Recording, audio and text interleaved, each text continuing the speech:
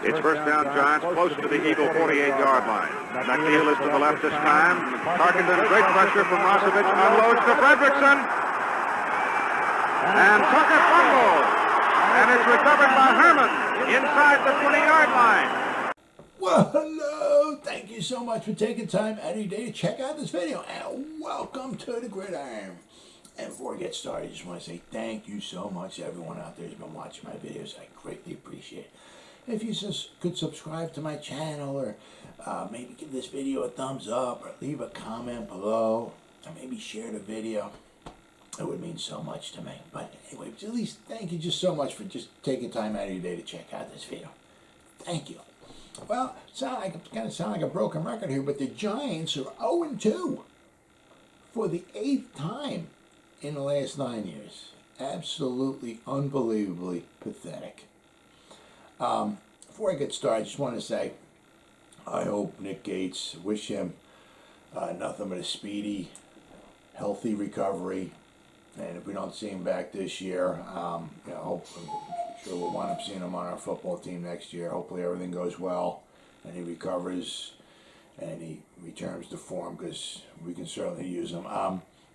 It was kind of gruesome. They didn't even show. It wasn't like, I don't think the bone wasn't sticking out of the skin or nothing like that. But when they went to a commercial break after he got injured, and when they came back, they didn't even show a replay of it. I saw videos like on YouTube and something on Twitter, and he got kind of, it was like about 5-6 minutes to go in the first quarter, and it was like a pass play and wound up going incomplete, but he was getting bull rushed and he was getting knocked back into the quarterback. Now, I don't know if he got rolled up on, he fell over somebody or whatever, but he was getting bull rushed back toward Daniel Jones, and he wound up falling down, and he landed, and he was like, ah! You can see the pain, and his foot was like pointed off to the side, so it was not pretty. So I wish him nothing but the best and a speedy recovery. And I don't know if that's something you can come back with. I mean, we got about 4 months left in the season, 16 weeks. We got 15 games of bye weeks. That's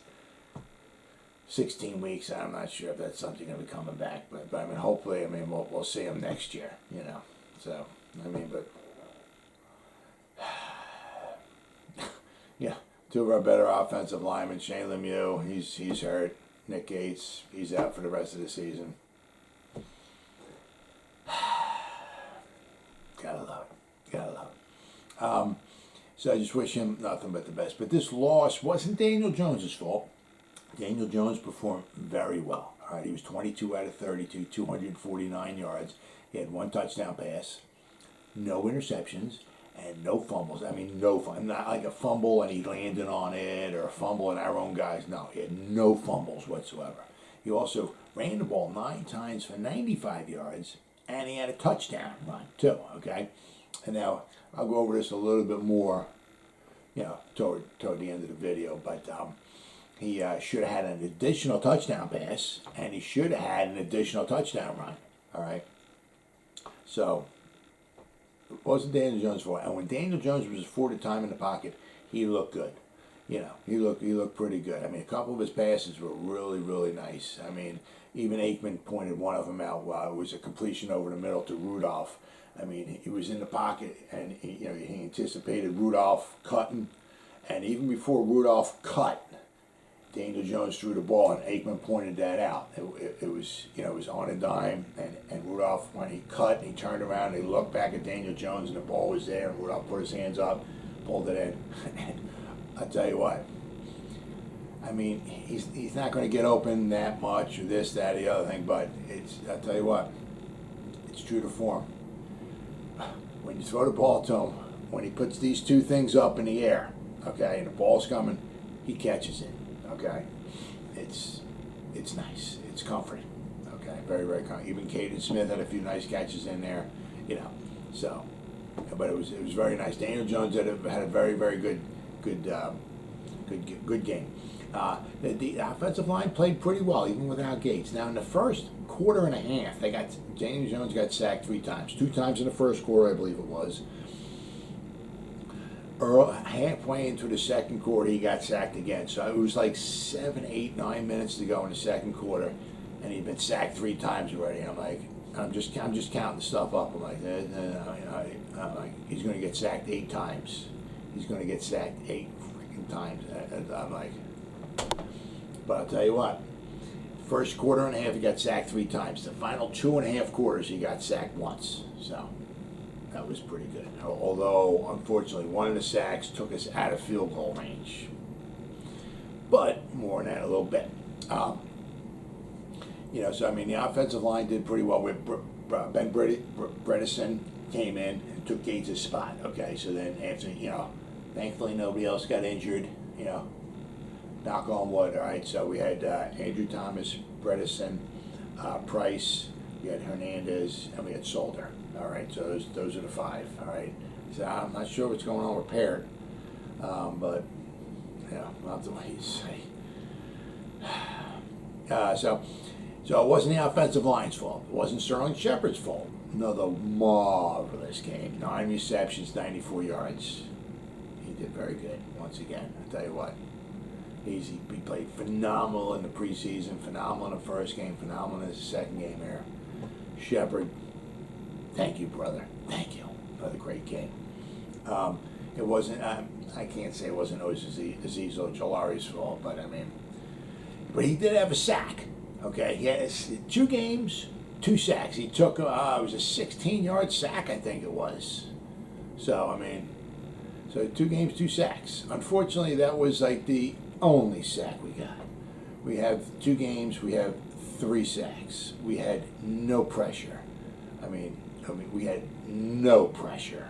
It was absolutely pathetic, but I'm on the good portion of the program, so I'm on the happy, positive news section, so let's continue with the happy, positive news, okay?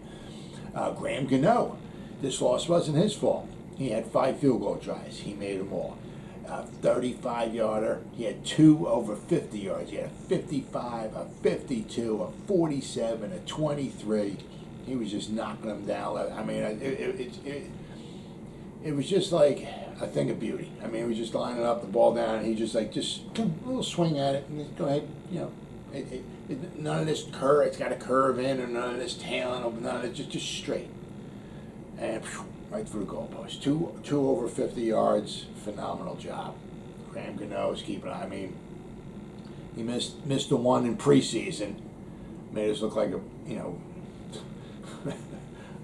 well, it's preseason, you can't really doubt him or anything like that in preseason, but he had the 1 field goal in preseason and he misses it. But so far in regular season, he's doing good. It wasn't Jason Garrett's fault, the clapper. He was mixing stuff up. He had Daniel Jones running. Saquon had a nice run in there. One nice run. Mixing the passes up and everything. I don't know if we're doing like these jet sweeps. Every time we do these jet sweeps, it happened with Kadarius Toney last week too. It's like we wound up losing yards. Sterling Shepard did it this week, and I think we lost like 9 yards on him. It's like, because every time we do it, all right, the ends are like 35 yards in the backfield by the time the guy gets the ball. So by the time he gets down to the ends, the ends in the backfield, and he winds up tackling the guy. So it's like, but anyways, right. Jason Garrett did very well. I think he did very well.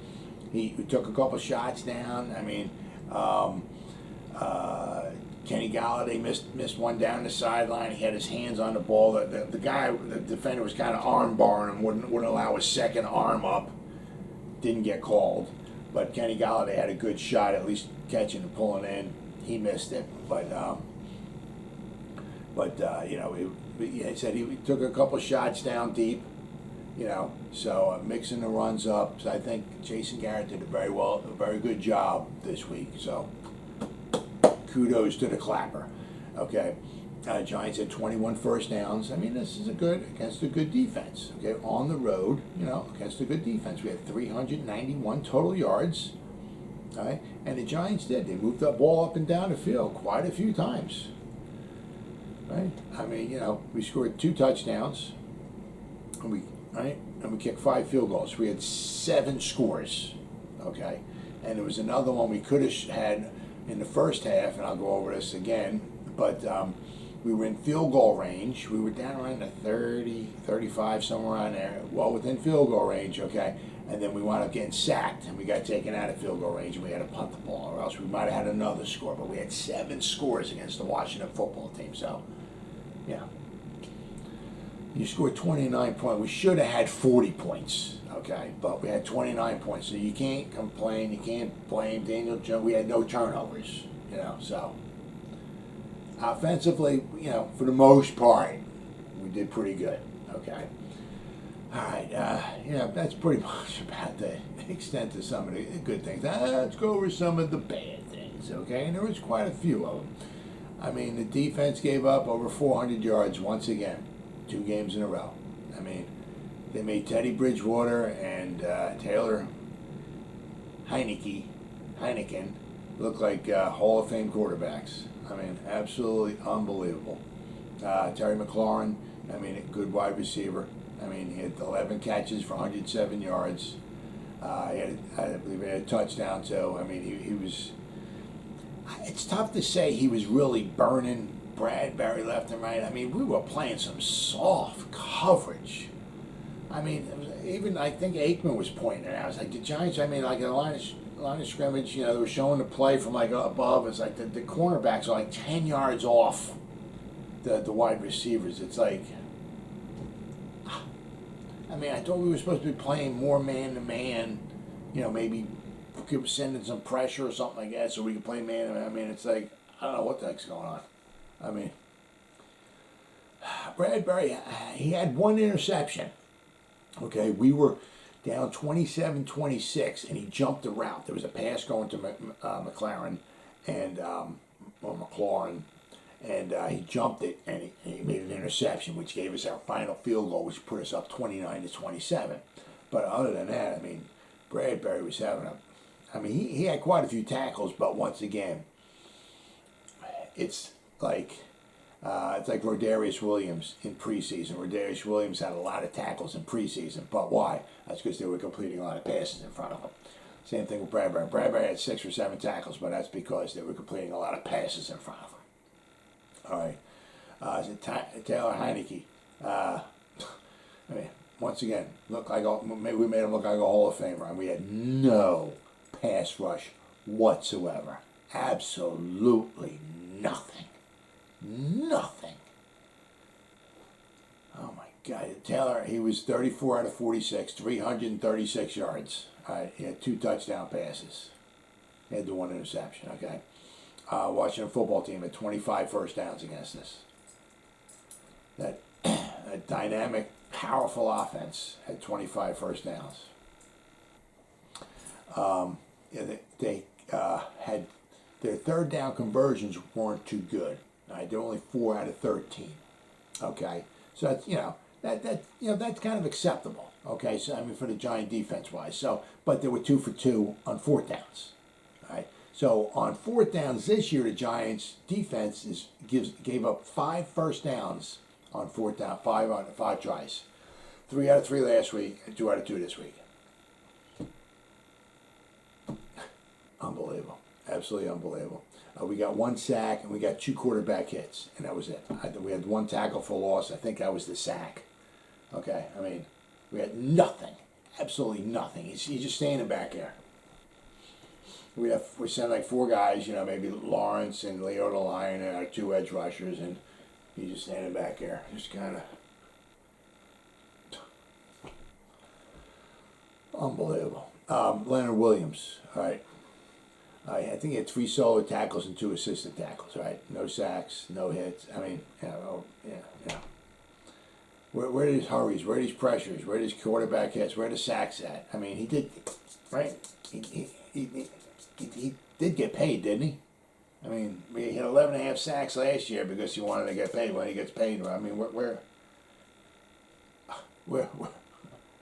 where's it at, brother? Where's the good play at? Where's the $21 million a year play at? I'm not saying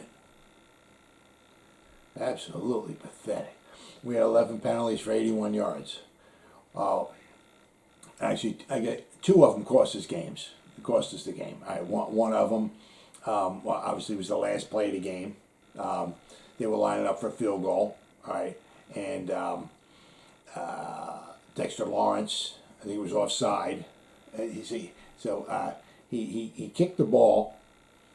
He missed the field goal, but there was Dustin Hopkins. All right, but so there was a penalty on us, Dexter Lawrence. So he had a re-kick, and he made a 43-yard field goal, and the game was over. If it wasn't a penalty, Hopkins would have missed the field goal. We would have won. But we had 11 penalties for 81 yards. Daniel Jones had a 58-yard touchdown run. Okay, he actually stood up the whole way, didn't fall down or nothing on the grass or anything. Actually got into the end zone.